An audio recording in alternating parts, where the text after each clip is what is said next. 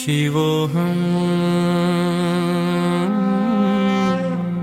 शिवोऽहं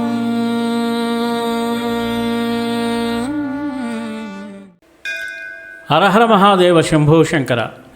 శివోహం శీర్షికన మరొక అద్భుతమైన విషయాన్ని ఈ పుణ్య దినాన అందరం విని ఎక్కువ మందికి షేర్ చేద్దాం. ఆయన నామం నిరాడంబరం. శివ అనే 2 అక్షరాలు ఉచ్చారణలో శ్రమ లేదు. అయితేనేమి ఆ నామం సర్వోత్కృష్టం. ఆయన రూపం నిరాడంబరం. అసలు నామరూప రాహిత్యానికే సంకేతమైన లింగ రూపం. ఆయన వేషభాషలు, ఆహార విహారాలు నిరాడంబరం. ఆయన ఆహారం కాలకూటం, ఆభరణాలు పాముల దండలు, వస్త్రము ఏనుగు తోలు, వాహనం వృద్ధ వృషభం.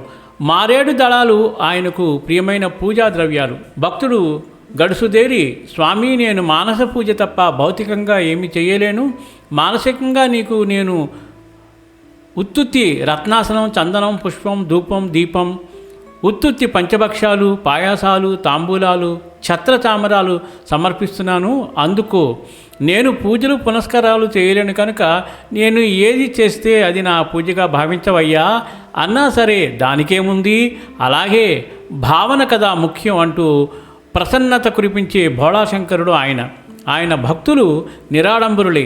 ఏ వేదాలు ఎరుగని సాలీడు, ఏ శాస్త్రాలు చూసి ఉండని కాళసర్పం, ఏ విద్యలు అభ్యసించి ఉండని ఏనుగు, ఏ మంత్ర తంత్రాలు ఎరుగని చెంచు కన్నప్ప కారెవరు శివకటాక్షానికి అనర్హులు.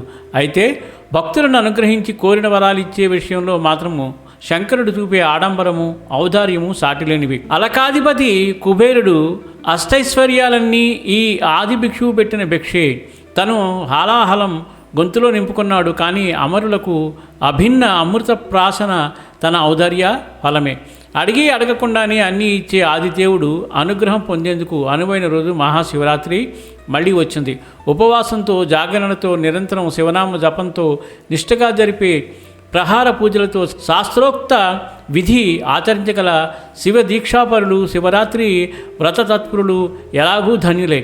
అభిషేకాలు, అర్చనలు, లింగోద్భవ సమయారాధనలు, కళ్యాణోత్సవాలు చేతులారా చేసేవారు, కళ్ళారా చూసేవారు భాగ్యశాలులే. శివరాత్రి నాడు శివలింగానికి చెంబుడు నీళ్లు సమర్పించేవాళ్ళు, ఓ బిల్వదళం సమర్పించేవాళ్ళు, చిత్తశుద్ధితో నమశివాయ అని ముమ్మారు మనసారా స్మరించేవాళ్ళు కూడా ఆ కరుణాసింధు కటాక్షానికి పాత్రులవుతారు. ఆడంబరాలన్నింటినీ తృణీకరించే ఆ ఆర్తత్రాణపరాయణుడిని చిటికెడు చిత్తశుద్ధి ఆకట్టుకుంటుంది. ఓం నమ శివాయ. హరహర మహాదేవ శంభో శంకర.